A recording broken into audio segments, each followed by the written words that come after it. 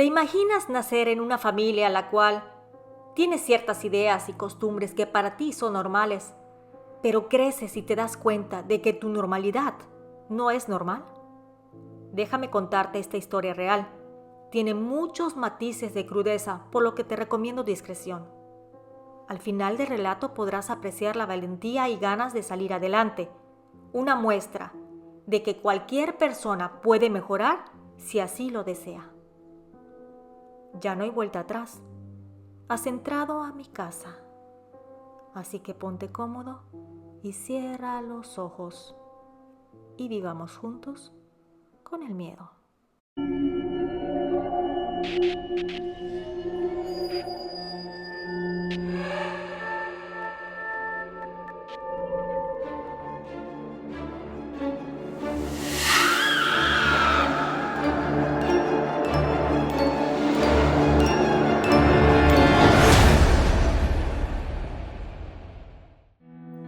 Viviendo con el miedo presenta Nacida en la brujería.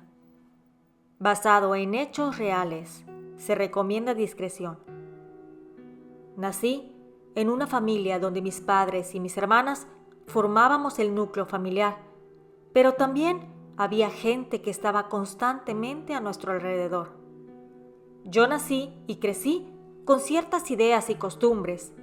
Nosotros hacíamos oraciones y cánticos, hacíamos ciertos rituales que, como los veía desde pequeña, pensaba que eran normales, hasta que tuve la suficiente edad para darme cuenta de que esas costumbres no eran normales. Mi abuela desde joven se dedicaba a la brujería y al vudú. Con el paso de los años, esos conocimientos se los pasó a mi madre, por lo que desde muy pequeñas a mis dos hermanas mayores y a mí, nos enseñaron acerca de hechizos y nos daban libros de ocultismo para leer. También usábamos la tabla Ouija y cartas para la lectura de la suerte. A muy temprana edad, mis padres nos presentaron con un espíritu. Nos dijeron que ella nos guiaría a través de nuestra vida. Incluso convivíamos con este ente. Le preguntábamos cosas que pudiera responder con sí o no. Nos enseñaron que era nuestra amiga, por lo que nos acostumbramos a ese ser. Al paso de los años, empecé a notar que mi padre compraba casas, bienes, carros y más, pero yo no sabía de dónde venía el dinero. Además, en ciertas noches, escuchaba los gritos de mi hermana mayor y de mi madre. Estaban peleando con mi padre. Yo no sabía qué estaba sucediendo. Lo único que agradezco es que mi hermana pudo salir de la casa muy joven e inició su propia familia.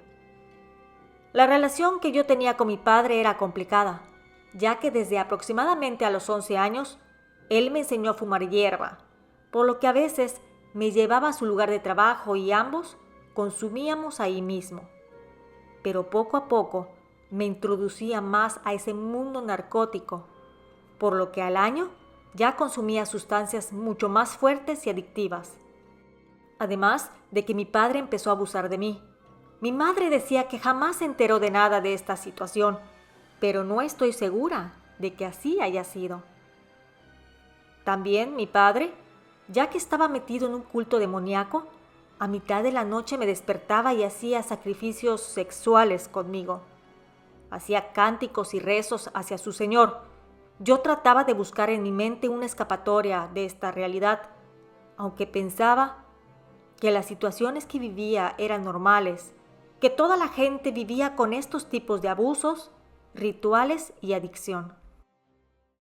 Al quedarnos únicamente mi hermana, la de en medio, y yo en la casa, su conducta empezó a ponerse cada vez más rebelde, ya que le decía a mi padre que no quería formar parte de las actividades de la familia.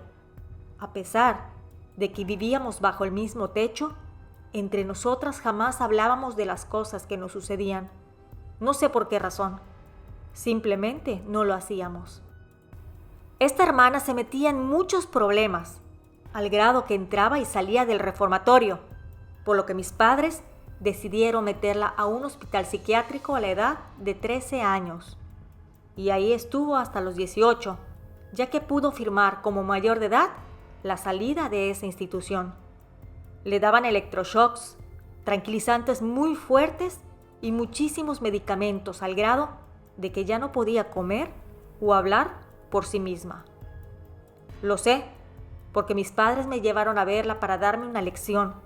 Si yo no quería formar parte de su culto, esto podría pasarme a mí también. Me amenazaban continuamente diciendo que no podría salirme de este estilo de vida, que no podía hablar con nadie para contar la situación, y que yo estaba prometida al maligno, y que tenía que seguir con el linaje de la brujería. Pasaron los años y la adicción se volvía cada vez mayor, pero decidí salirme de mi casa. Me casé en varias ocasiones para poder cambiar mi apellido. Me mudaba de ciudad en ciudad para que no me encontrara mi papá, pero él siempre me localizaba. Yo, como adicta, buscaba la manera de conseguir dinero para mi enfermedad, por lo que empecé a dedicarme al trabajo más antiguo del mundo. Mi primer matrimonio fue a los 18 años. Tuve un hijo con él a los 23, por lo que por las mañanas me dedicaba a ser madre y por las noches vendía mi cuerpo para poder conseguir el dinero que necesitaba. Esta relación llegó a su fin, ya que mi marido se dio cuenta de la situación y me pidió el divorcio. Además, me quitó la custodia de mi hijo. Él tenía únicamente 2 años de edad. Y no solo me quitó la custodia, sino que no se me permitía verlo. Vivía en mi carro, trabajando medio tiempo para conseguir el dinero, pero mi padre siempre me encontraba, sin importar que me mudara. Y al hacerlo, me metía más en ese mundo oscuro y adictivo. Poco tiempo después, me volví a casar y tuve una hija, pero tampoco funcionó la relación. Pero en este matrimonio la custodia de la niña sí me la dieron. Era el mes de junio de 1993, cuando una noche al pie de mi cama vi a una figura vestida de negro. Me decía que tenía que pasar mi legado a la siguiente generación, apuntando a mi hija que dormía a un lado de mí, en su cuna. Ella tenía 3 años de edad solamente. Esa noche lloré. Me sentía desesperada porque yo no quería que mi hija tuviera el mismo estilo de vida que yo había tenido. Sentía que no tenía escapatoria, por lo que tomé la difícil decisión de quitarme la vida, pensando que a mi pequeña la adoptara a una familia buena y normal. Por lo que al día siguiente tomé mi auto y llevé a mi pequeña con una niñera. Luego me dirigí a un lugar muy apartado. Al llegar ahí, me recosté un poco en el asiento del conductor, llorando por lo que estaba decidida a hacer, viendo en una mano la navaja con la que me quitaría la vida. Y la otra mano por alguna razón la relajé, y ésta cayó entre la ranura de mi silla y la consola que está a la mitad del auto, donde se ubica la palanca de velocidades. Sentí algo. Era una Biblia pequeña de color verde del Nuevo Testamento. No había razón por la que estuviera ahí, ya que ese coche se lo había comprado a mi proveedor de estupefacientes. Él no es cristiano, por lo que no tendría razón alguna de estar ahí en el auto.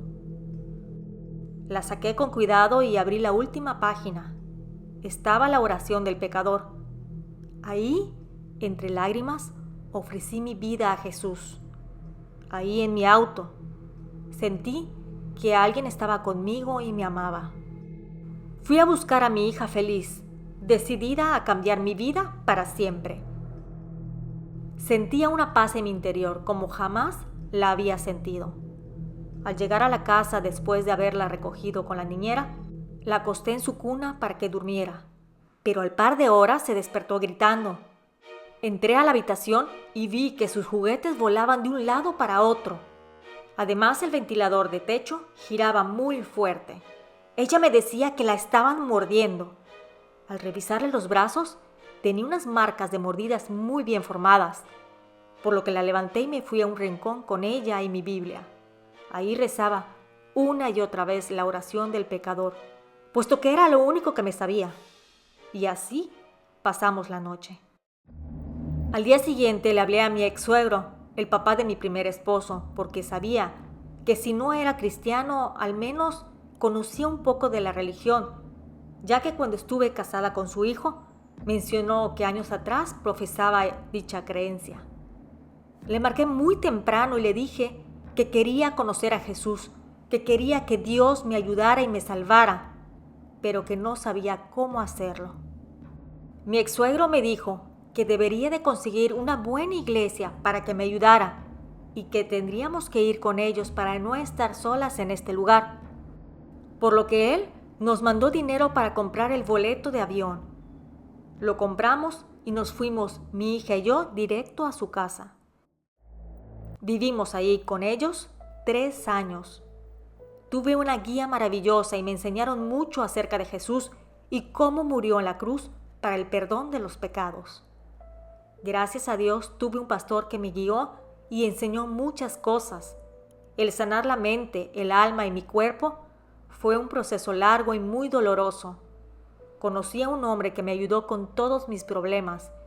Se dedicaba exclusivamente a ayudar a las personas que estaban en mi misma situación. Yo estaba decidida a dejar todo el mal, brujerías, rituales, costumbres, todo, para estar del lado de Dios nuestro Señor. Yo quería tener el perdón y vivir en su gracia, por lo que pondría todo mi empeño para alejar el mal de mi vida. Contraje matrimonio con este hombre maravilloso que me ayudó a salir de la oscuridad y tenemos muchos años de casados. Corté toda relación con mi familia. Mis padres me decían que era una traidora y que estaba sirviendo al Dios incorrecto. Pero yo me decidí a romper esos vínculos, maldiciones y brujería de linaje para servir a Jesucristo. Por lo que soy la primera en la familia en ser cristiana. Mi hija es la segunda generación. Mi fe me ha mantenido firme. He creído que soy hija de Dios y le entrego mi vida. Ahora mi familia ha crecido. Mi hijo y yo somos más unidos. Tengo unos nietos hermosos y mi hija es una pastora joven.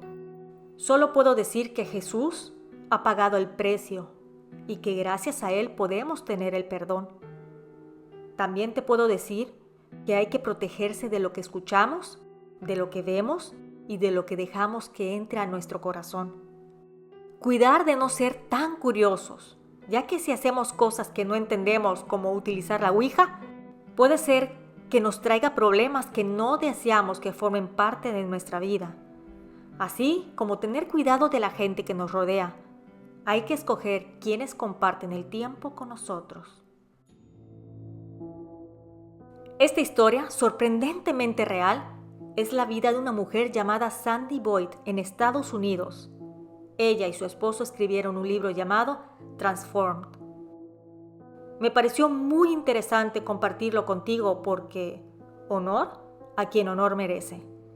Ella demostró que a pesar que lo único que conocía era la brujería y adicción, encontró el camino hacia una vida mejor para llegar a ser una mujer de bien y da testimonio de que hay un ser que siempre nos cuida. Nos escuchamos pronto. ¿Y tú? ¿Vives con el miedo?